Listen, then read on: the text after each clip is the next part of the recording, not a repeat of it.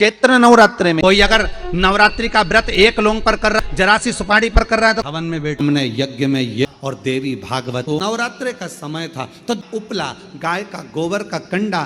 कोई अगर नवरात्रि का व्रत एक लोंग पर कर रहा है तो उसको करने दो। कोई नवरात्रि का व्रत अगर एक गिलास दूध पर कर रहा है तो उसको करने दो। अगर नवरात्रि का व्रत एक जरा सी सुपारी पर कर रहा है तो करने दो। कोई नवरात्रि का व्रत कैसे कर रहा है उसको करने दो, उसकी मर्जी।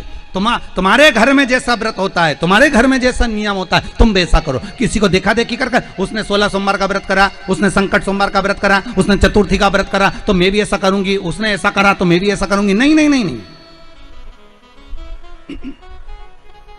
देखा देखी नहीं।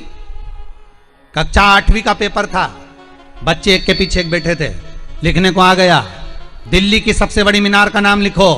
आगे वाले बच्चे ने लिख दिया दिल्ली में कुतुब मीनार है। पीछे वाले बच्चे को भी याद था कि दिल्ली में कुतुब मीनार सबसे बड़ी मीनार है, पर आगे वाले का देखकर लिख दिया दिल्ली में कुतिया बीमार है। देखा देखी में काम बिगड़ गया। देखा देखी नहीं करना। उस बच्ची ने तो घबराहट के कारण, उस बच्ची ने तो बारात सामने खड़ी थी इसलिए गंदगी कर दी थी, पर गांव के लोगों ने जान कर कि यहां सोना चांदी बन जाएगा, अपनी बहुओं को अपनी बेटियों को भेजना चालू कर दिया। एक दिन बाबा शंकर बड़े क्रोधित हो गए, बड़े क्रोधित हो गए। उन्होंने पूरे उस मंदिर को, उस गांव को ही उलट दिया और वहां टीला बन गया। आज भी आप कभी जाएं बलिया जिले में और खेड़िया तहसील में तो आप वहां पर एक टीला देखेंगे और किसी से भी पूछेंगे तो कोई भी आपको यह कथा सुना देगा कि एक बच्ची जो शिव की उपासक थी उसको देखकर लोग प्रपंच में डूबने लगे थे। शंकर की आराधना में ढोंग नहीं चाहिए, शंकर की आराधना में प्रपंच नहीं चाहिए। शंकर की हो गई गलती, कई बार शंकर की आराधना में गलती हो जाती है तो क्या शंकर रुष्ट होंगे? नहीं। शंकर अगर देख लेंगे कि 50 दिन अच्छा काम करा है इसने, एक दिन गलती भी कर दी तो बाबा स्वीकार कर लेगा। पर बाबा से बस मन आपका पवित्र होना चाहिए, इच्छा आपकी पवित्र होना चाहिए। आपके भीतर अहंकार, काम, लोभ, विषय, वासना, आसक्ति, तृष्णा, अहंकार नहीं होना चाहिए। भगवान उसको स्वीकार कर लेगा।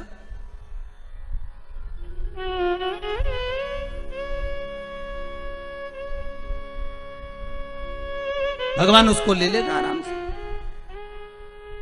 दिखावा ना करिए भगवान के सामने। मेरे शंभू को आप दुनिया के मंदिर में दिखावा करो चल जाएगा, पर शंकर को नहीं चाहिए। शंकर कहते मेरे मंदिर में आओ, एक लोटा पानी चढ़ाओ, बम बम बोलो, अपने घर जाओ। फालतू बैठने की जरूरत नहीं है, फालतू मेरा टाइम बर्बाद करना मत। सारे देवी देवताओं के मंदिर में बैठने की जगह होती है, शंकर जी के मंदिर में बैठने की जगह नहीं होती। इतना पानी ढोल के जाते हैं कि साड़ी भी बचा के चलना पड़ती है। बैठने की तो जगह जाने दो वहां पर। शिव मंदिर में कहाँ बैठने की जगह होगी? चलो जाओ यहाँ से, काय को फालतू के बैठे हुए, टाइम बर्बाद कर रहे हो यहाँ पर, जाओ अपने अपने घर में। पार्वती जी कई बार शंकर जी से पूछती हैं तुम आंख बंद करके बैठे रहते हो, दुनिया के लोग तुम्हारा दर्शन करने आते हैं, कम से कम देख तो लिया करो कौन आया। शंकर भगवान बोले फालतू की बात मत कर, मेरे को सब मालूम है, ये सब मांगने के लिए आते हैं इसलिए आंख बंद करके बैठा रहता हूँ।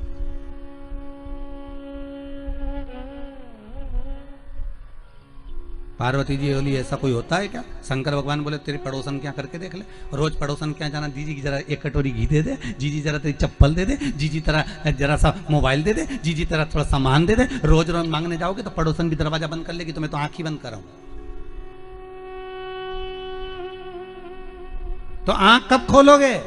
शंकर भगवान बोले जो मेरे लिए आएगा तो आंख खोल लेता हूं। मैं जानता हूं मेरे भगत को कि ये मेरे लिए आता, मांगता कुछ भी नहीं है, बस आता ही है, दूध चढ़ाएगा, जल चढ़ाएगा, बेलपत्री चढ़ाएगा। और ऐसा बावरा कभी कभी बेलपत्री भी नहीं लाता, तो झाड़ू पोछा लगाकर हाथ धोने के बाद जो पत्ती पत्ती मिल जाती है उसी को धो के चढ़ा के चले जाता है। ये भगत है मेरा, ये भक्त है, इसको दिखावे से मतलब नहीं है। और एक रोज मंदिर जाए ने 25 बार तो साड़ी का पटली जमा, और पटली जमा के फिर पिन मिन लगा के फिर पल्लू मल्लू लई के और एक बास्केट उतार ले, उसमें लोटा भर पानी मानी सब धर के और इतनी बड़ी बिंदी लगा के ऐसी नोटंकी करके कि इसके बराबर कोई मंदिर नहीं जाए साहब, ये तो बड़ी धर्मात्मा, इसके बराबर कोई धर्मात्मा नहीं। बाप रे, रोज आए, रोज मंदिर और ऐसी पूजन करे साहब, 2 घंटा तक तो माला लेने बैठी रे। और इतने में कहीं की आवाज कर दे तो चिल्लाती, और इतने में कहीं की आवाज कर दे तो चिल्लाती भी है। उधर जाओ, उधर जाओ।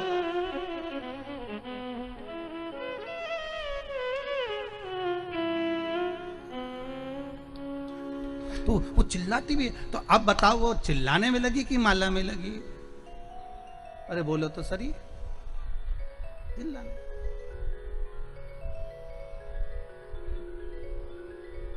अब ऐसे ही तुम हवन में बैठो, मालूम पड़े तुम सचंडी का हवन कर रहे हो, यज्ञ कर रहे हो, और मालूम पड़े पंडित जी ओम ब्रह्मचारिणे स्वाहा स्वाहा। अब देह हवन में बैठा तो बोले पत्नी से पूछ लिया चाय पी ली तुमने?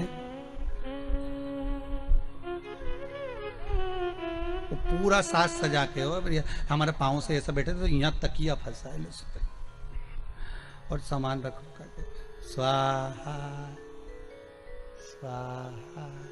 माता रानी भी सोचे रही मेरा हवन कर रही, मुझे ही देख ले।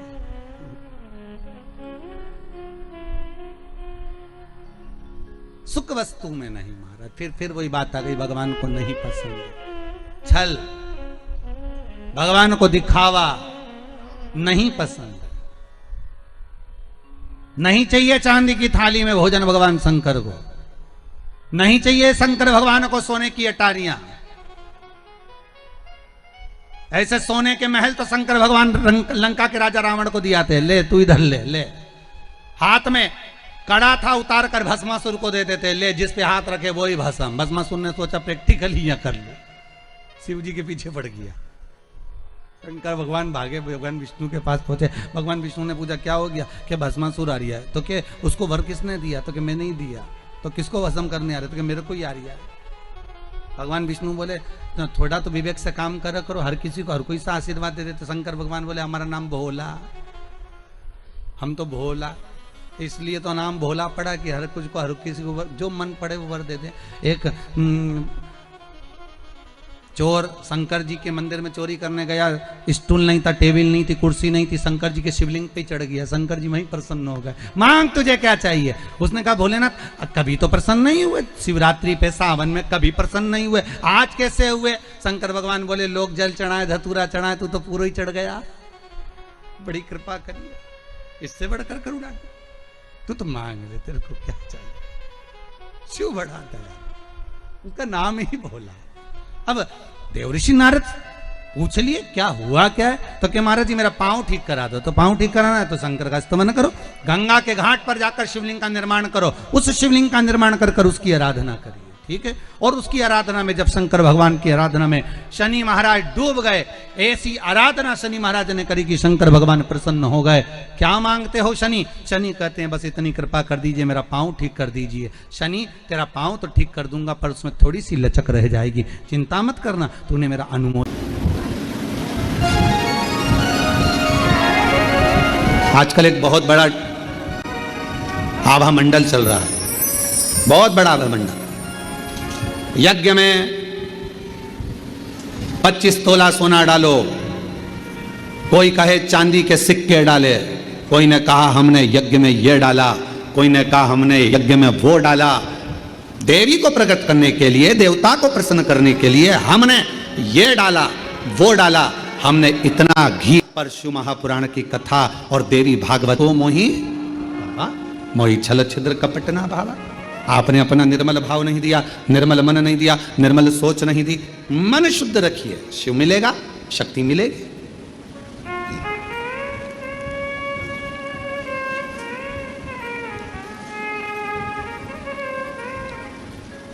दो बहन थी, एक दाती एक महाती। नाम बोलिए जरा, दाती और महाती। दो बहन थी, दाती और महाती। दाती और महाती, दाती थोड़ी सी बहुत गरीब थी, साधारण थी, उसके पास कोई वैभव, उसके पास कोई धन, उसके पास कोई संपदा, उसके पास कोई पूंजी, उसके पास कोई इतना वैभव या इतना धन या इतनी संपदा दाती के पास नहीं थी। महाती के पास बहुत वैभव था। देवी भागवत का प्रसंग है, ध्यान से सुनिएगा जरा। दाती के पास धन जाता था, महाती के पास धन नहीं था। अब दोनों ने विचार करा कि हम माँ दुर्गा कौशिकी माता की आराधना करते हैं, और दोनों ने कौशिकी माता की आराधना करना प्रारंभ किया। और दोनों ने जैसे ही कौशिकी माता की आराधना करना प्रारंभ करी, माँ जगतजननी जगदम्बा दुर्गा भवानी को, माँ कौशिकी माता को पुकारना प्रारंभ करा, आराधना प्रारंभ करी, साधना प्रारंभ करी।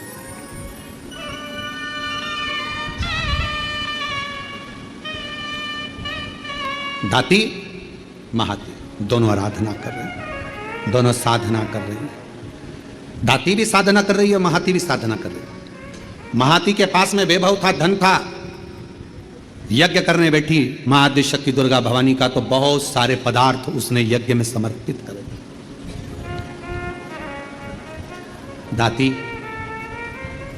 गाय का, गौमाता का अलोना कंडा, अलोना गोबरी, आपके यहाँ जो बोलते हो, कंडा बोलते हो कंडा, गोबरी बोलते हो गोबरी, आपके यहाँ पर जो बोलते हो, गाय का गोबर का सूखा हुआ जो कंडा होता है, उपला होता है, गोबरी होती है, वो दाती, उसके पास इतना वैभव नहीं था, उसके पास में ना ज़्यादा धन था ना वैभव था, तो बहुत सारा पदार्थ वो यज्ञ नहीं कर सकती थी, और नवरात्रे का समय था। तो दाती ने, महाती तो बहुत अच्छा यज्ञ कर रही है, अनुष्ठान कर रही है, पर दाती के पास कुछ भी नहीं है, तो दाती ने एक गाय का उपला, गाय का गोबर का कंडा, उसको कंडा कहते हैं, उपला कहते हैं, गोबरी कहते हैं, उसको जलाती, सामने रख देती, और उस पर थोड़ा सा गुड़ घी गौ माता का लेकर उसको समर्पित कर देती, और आद्य शक्ति माँ दुर्गा भवानी का स्मरण करती, थोड़ी थोड़ी सी संविदा, थोड़ी थोड़ी सी धूप लाती, और धूप को लाकर उस पर छोड़ती जाती। हे माँ अम्बा, स्वीकार करना माँ, मेरे पास जो है मैं तुझे समर्पित कर रही हूँ। ज्योत जला लेती,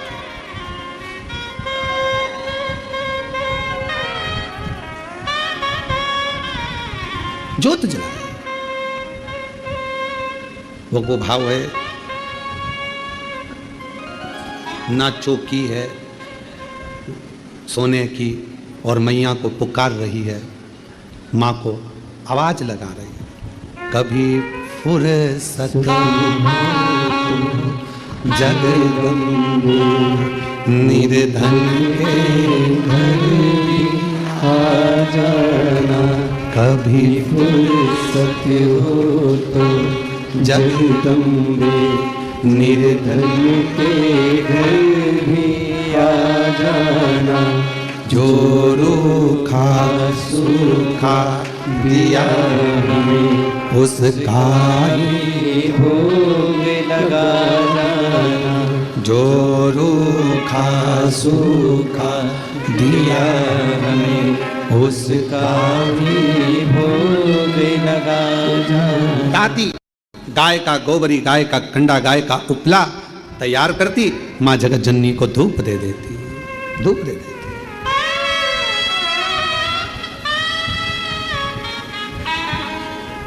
माँ, ना तो मेरे पास में चौकी है, और ना मेरे पास में कोई चांदी की चौकी है, ना मेरे पास सोने की अंबारियां बड़ी बड़ी। माँ, ये तो केवल भाव का है, केवल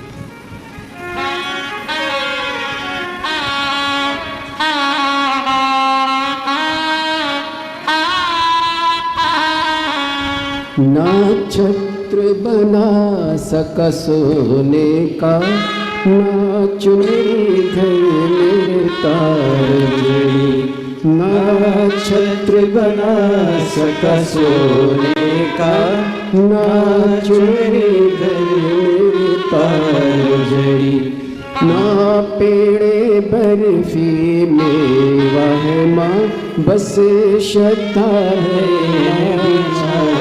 दाती के पास कुछ भी नहीं है, कुछ भी नहीं, थोड़ा सा भाव है, केवल जो है वो समर्पित कर रही है। और महाती लगी है बहुत बड़ा अनुष्ठान करने में, ढेरों पकवान, ढेरों छप्पन भोग, ढेरों सामग्री, ढेरों ढेरों सामग्री महाती उस यज्ञ कुंड में दे रही, उस यज्ञ में दे रही।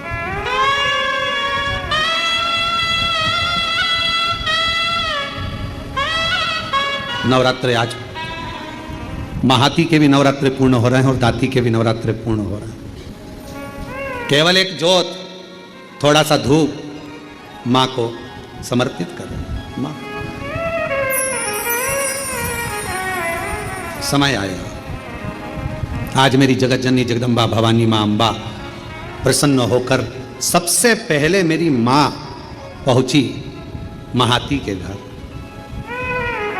देवी भागवत कहती है कि महाती के घर पर पहुंचते से ही माँ जगत जननी ने एक बूढ़ी का रूप रख लिया, बुजुर्ग माँ, शरीर बहुत बेकार सा हुआ, बाल धोले,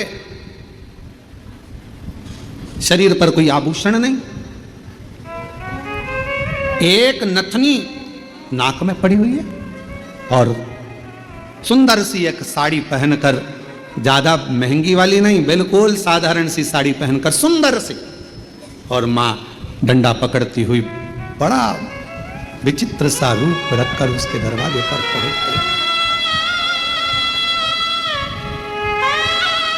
पहुंची। अब विराम का दिवस। महाती, ओ महाती, ए महाती। महाती ने दरवाजा खोला। कौन हो तुम? महाती, बहुत भूख लगी है, बहुत भूख। महाती, मुझे भोजन मिलेगा?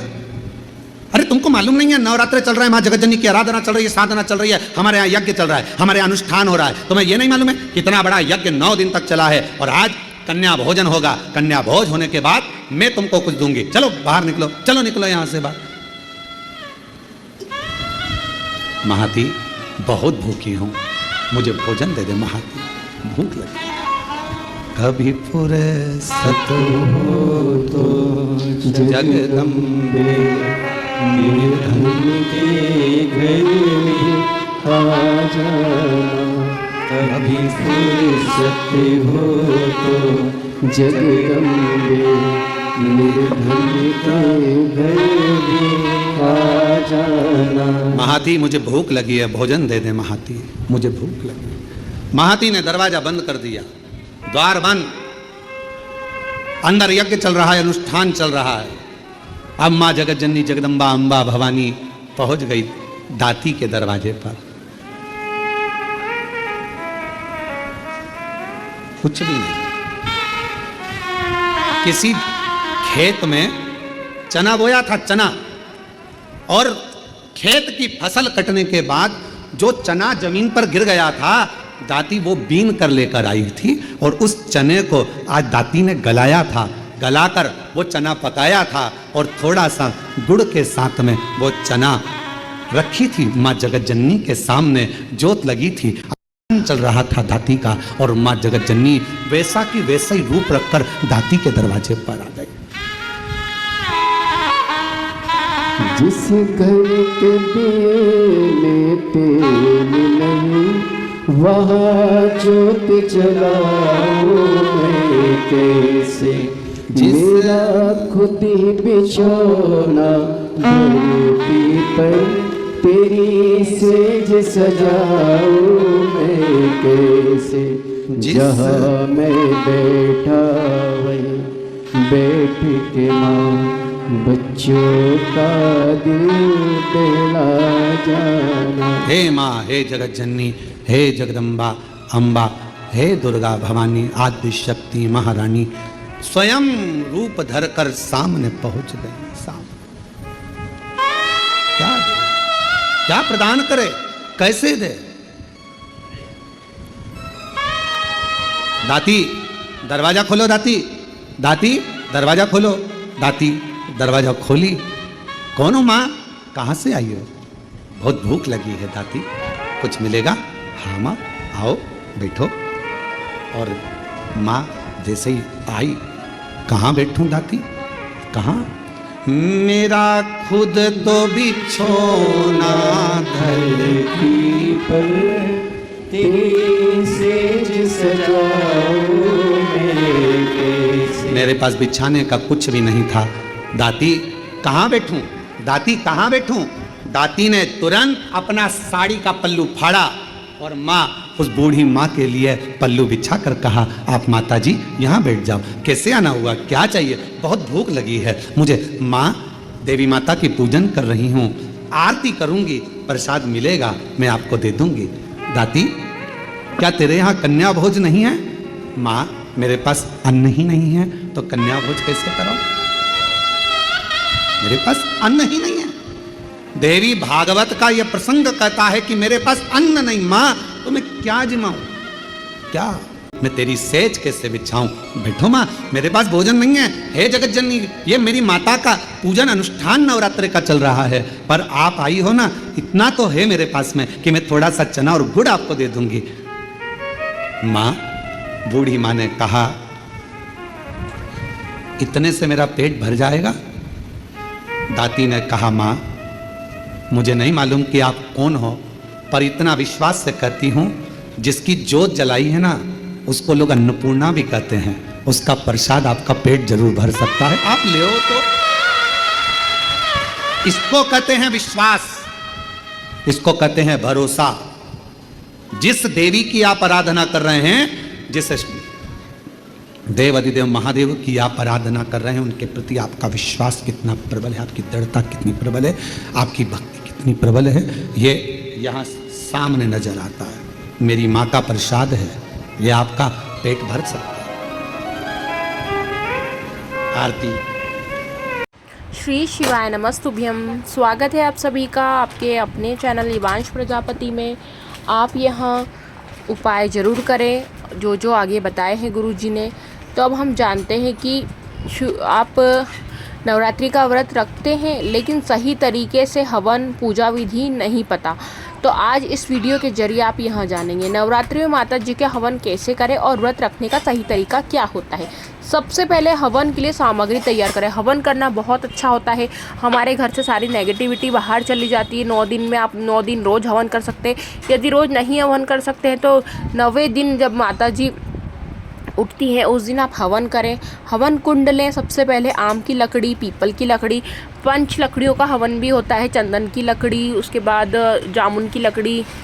ऐसे आपको मतलब सबसे जो कंपलसरी लकड़ी होती है वो आम की लकड़ी और चंदन की लकड़ी बहुत अच्छी होती है, पीपल की लकड़ी भी बहुत अच्छी होती है। और उसके बाद हवन सामग्री चाहिए आपको, उसमें सब मिक्सचर होता है। जड़ी बूटियों वाला हवन भी होता है। घी चाहिए, कपूर चाहिए, फूल और अक्षत, कलश और नारियल। और नारियल को भी आप बारीक बारीक काट लेंगे, हवन सामग्री में मिक्स कर देंगे तो बहुत ही अच्छा रहता है। और एक साफ जगह चौकी रखें और लाल कपड़ा बिछाएं। सबसे पहले माता रानी और गणपति जी का ध्यान करें। अब हवन कुंड में आम की लकड़ी रखें, कपूर, अग्नि जलाएं या जो भी लकड़ी आपके पास उस समय हो आप वहाँ करें। ओम या ओम दुर्गाय नमः मंत्र बोलते हुए घी की आहुति दें। आप रोजीना सप्तशती का जो दुर्गा सप्तशती होती है रोज़ आप उसका पाठ का अध्ययन भी कर सकते हैं या माँ अर्गला स्तोत्रम भी कर सकते हैं। बहुत बहुत अच्छा होता है यहाँ करना। 9 दिन साक्षात देवी की कृपा आपके ऊपर बनी रहती है। यहाँ तो मैंने प्रैक्टिकली करके देखा इसलिए मैं आप सभी को बता रही हूँ। और उसके बाद आप यह मंत्र बोलते हुए घी की आहुति दें। हर आहुति के साथ बोले स्वाहा स्वाहा।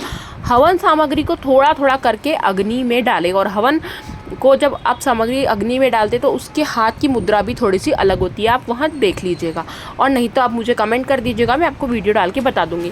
अंत में माता रानी जी से प्रार्थना करें। जब आपका हवन संपन्न हो जाता है माता रानी जी से प्रार्थना करें सुख शांति समृद्धि लक्ष्मी के लिए।